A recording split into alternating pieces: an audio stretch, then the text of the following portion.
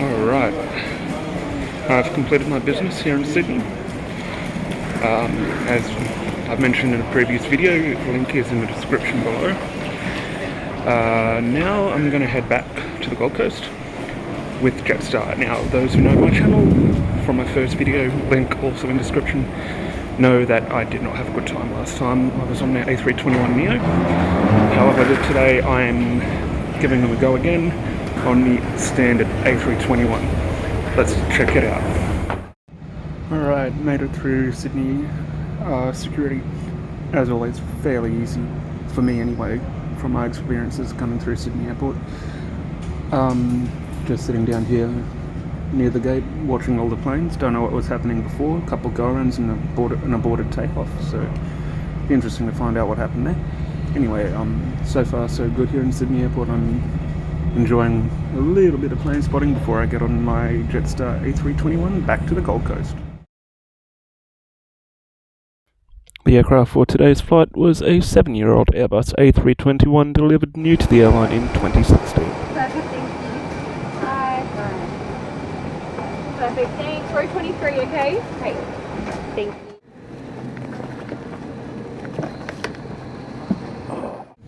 Alrighty, on board Jetstar's A321.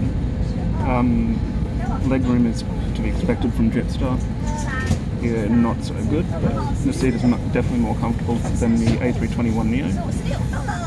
In very good condition, so let's see how this flight goes.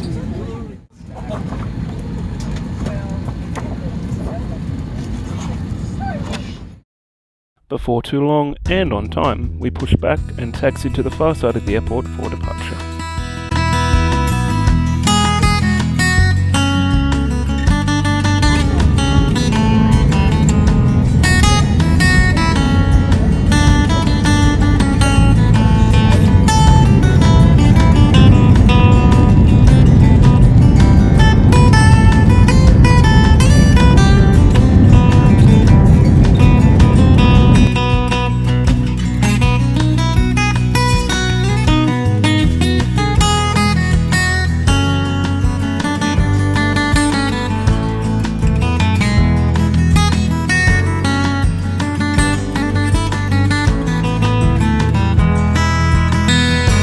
Flight time today was 1 hour 8 minutes, cruising at 35,000 feet.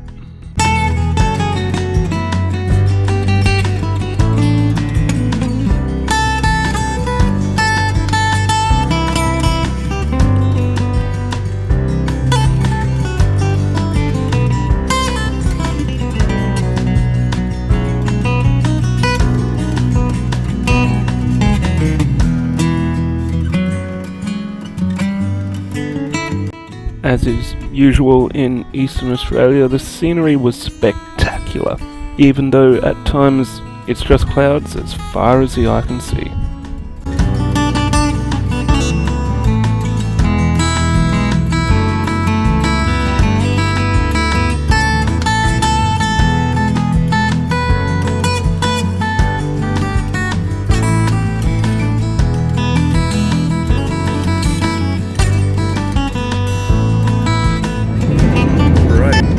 Airborne on Jetstar's A321, and so far it's been a very smooth flight.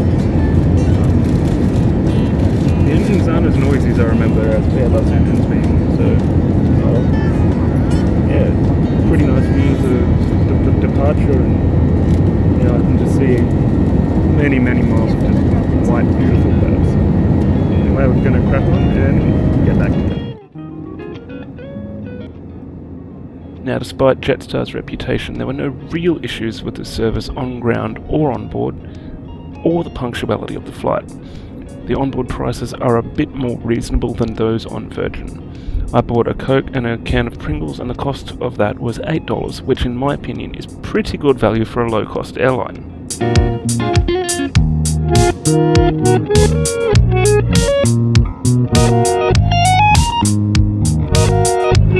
Alright, things got a bit interesting, a bit of turbulence, so not too bad. Yeah, a few bumps, never really bothers me, unless I'm on a small aircraft. But, something different.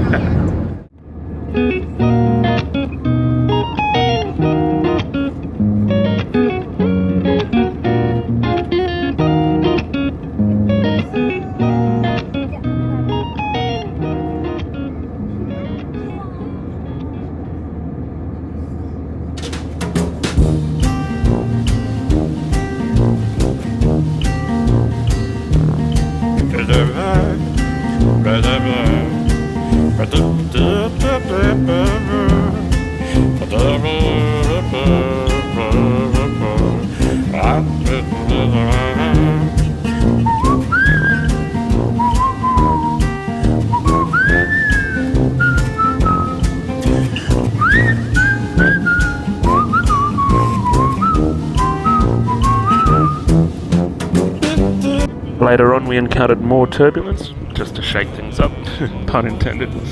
All in all, the flight cost $180, which works out to be approximately 48 cents per nautical mile or 25 cents per kilometre.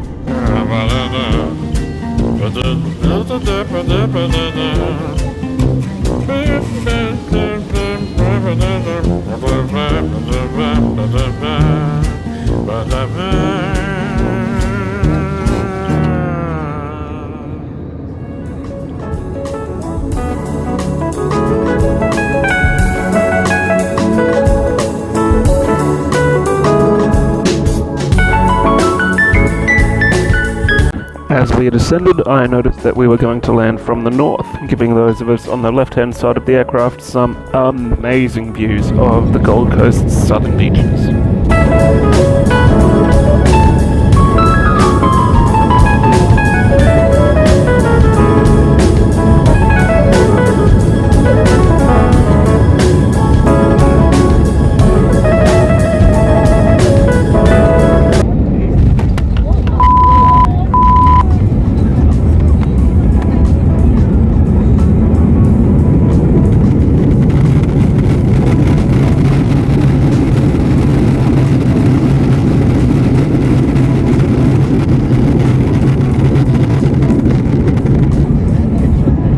And the flight concluded with what is the worst landing I've ever experienced on my travels.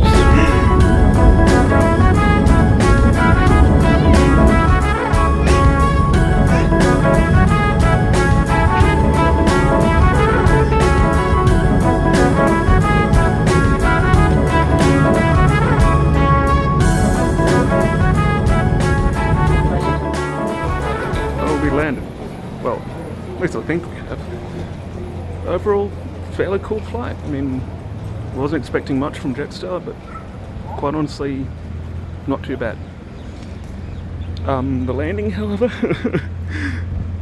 yeah, that was really unexpectedly hard, and I think it was actually the hardest I've ever experienced.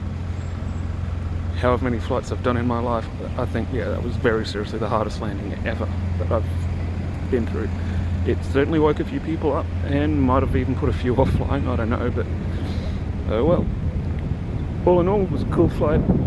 I'd say, yeah, I'd give it 4 out of 5, and Jetstar, in my opinions, now have redeemed themselves. I did not feel as trapped as I did when I was on the Neo, so yeah, overall good flight. And as usual, thank you for watching. Safe travels, and I'll see you in the next one.